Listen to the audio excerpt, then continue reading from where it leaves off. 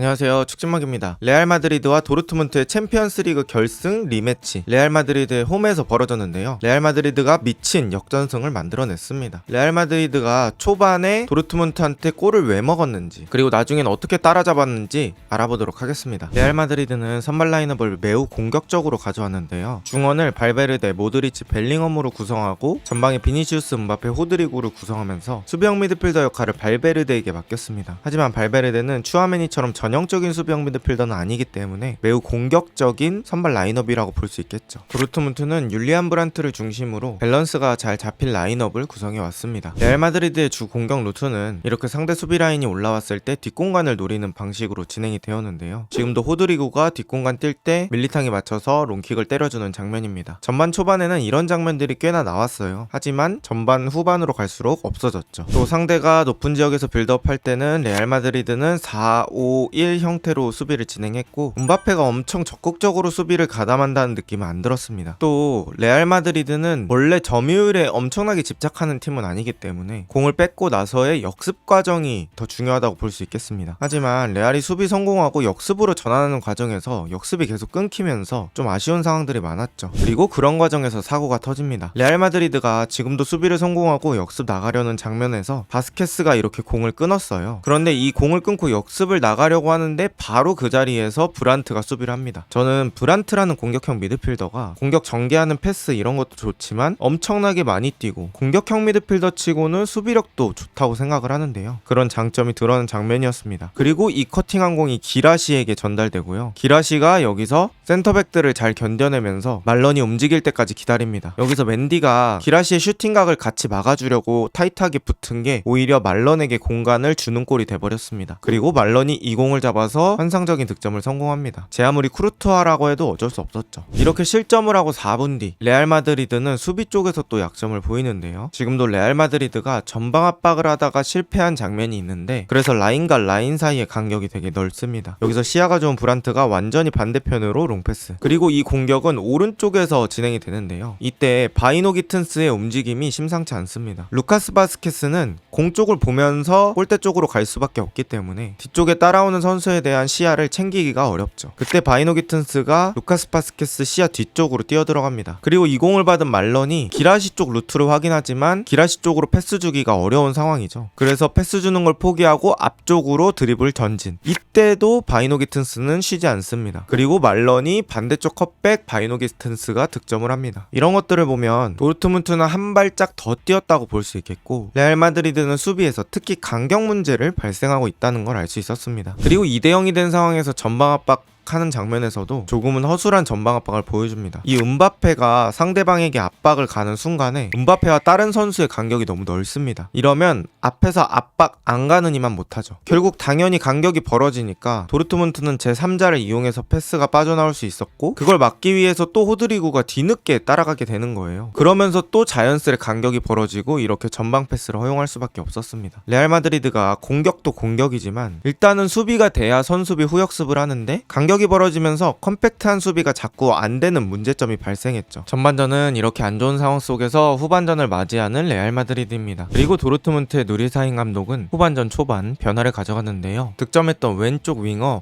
바이노 기튼스를 빼고 수비수 안톤을 투입하면서 백5를 만듭니다. 이미 경기는 2대0이니까 지금부터 45분 지켜봐도 괜찮다는 판단을 한 거죠. 그런데 이런 도르트문트의 수비적인 변화가 경기 양상의 변화를 가져옵니다. 도르트문트는 내려앉아서 얻어맞는 양상으로 경기가 진행되고, 그러면서 더 슈팅도 많이 허용하게 되는데요. 벨링엄이 슈팅한 공이 음바페 쪽으로 향하고 음바페가 드리블하면서 안쪽으로 치고 갑니다. 그리고 음바페가 크로스, 리디거가 마무리. 후반 시작한 지 15분 만에 빠르게 한 골을 따라잡는 레알 마드리드죠. 사실 도르트문트가 일찌감치 수비적인 전략을 썼을 때는 지금 시점에서는 실점하면 안 됐는데 만회골이 너무 빨리 터집니다. 그리고 실점한 지 2분 만에 도르트문트는 또 추가 실점을 하면서 승부는 원점이 됐는데요. 도르트문트의 빠른 백스리 변화가 오히려 포백 때보다 라인을 못 맞추는 결과를 가져왔습니다. 게다가 음바페, 비니시우스 이런 선수들은 라인 브레이킹 하는 데는 전 세계 최상급의 선수들이죠. 지금도 모드리치가 개인 능력으로 끌고 들어와서 음바페에게 패스, 그리고 음바페가 잘 돌아서 슈팅하려는 찰나에 상대 수비에 태클이 들어오고 202 공교롭게도 비니시우스 앞으로 흐르면서 비니시우스가 빠르게 왼발로 마무리합니다. 저는 비니시우스가 이런 골문 앞에서의 세컨볼 집중력이 되게 좋다고 생각을 하는데요. 완전히 깔끔한 마무리였습니다. 그리고 이런 백파이브 변화는 계속해서 라인이 뚫리는 문제를 발생시킵니다. 수비수가 5명이 된다. 포백 때는 4명이 마음을 맞춰서 라인을 맞추면 됐지만 5백일 때는 5명이 마음을 맞춰야 합니다. 당연히 더 힘들죠. 그런 수비 라인은 음바페에게는 아주 좋은 무대가 됩니다. 음바페가 크게 돌아뛰면서 라인을 붕괴하고 교체 투입된 카마빙가가 전진 패스. 음바페에게 이런 결정적인 위치에서의 찬스도 허용하는 도르트문트입니다. 이렇게 레알 마드리드가 분위기를 가져오고 있었지만 경기 시간 83분까지 득점이 터지지는 않습니다. 그리고 경기 시간 83분에 레알 마드리드는 승부를 가르는 득점을 하게 됩니다. 호드리구 쪽으로 한 번의 롱킥이 연결되고 호드리구가 이걸 살려서 뒤에 따라온 바스케스에게 공을 줍니다. 바스케스는 가운데 쪽 음바페를 보고 패스를 넣어주려고 합니다. 그때 성실한 브란트가 태클로 공의 경로를 막는데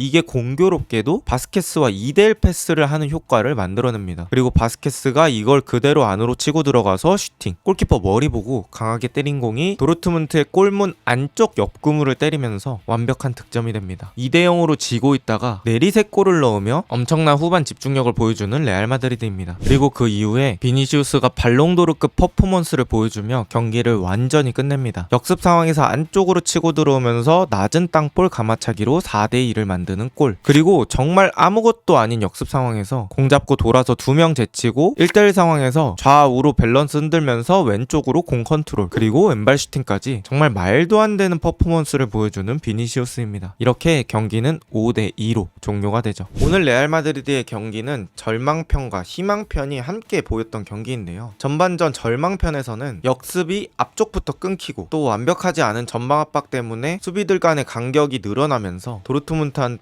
많은 공격적인 공간을 허용했죠. 근데 후반전 희망편에서는 레알 마드리드 공격진이 자유를 많이 부여받은 상태에서 공격할 수 있는 상황이 됐고 음바페가 직접 득점은 없었지만 아무래도 상대방에게 되게 견제되는 존재라서 상대 수비들을 끌어당기는 역할을 했고 또 기가 막힌 움직임으로 골에 직접 관여하는 모습도 보여줬습니다. 그리고 비니시우스 뭐 얘기할 게 없죠. 전술과 무관하게 그냥 상대 수비를 개인 능력으로 뚫어버리면 뭐 어떻게 방법이 없습니다. 그거 자체가 그냥 최고의 전술입니다. 근데 비니시우스의 막판 퍼포먼스는 그 입축구를 실제로 실현시켜준 선수라고 생각합니다. 릴 원정에서 충격적인 패배 후 다시 한번 반등을 시작한 레알 마드리드. 과연 주말에 있는 엘 클라시코에서 좋은 경기를 보여줄 수 있을까요? 오늘 영상은 여기까지입니다. 비슷한 영상이 궁금하시다면 구독 부탁드립니다. 좋은 하루 되세요.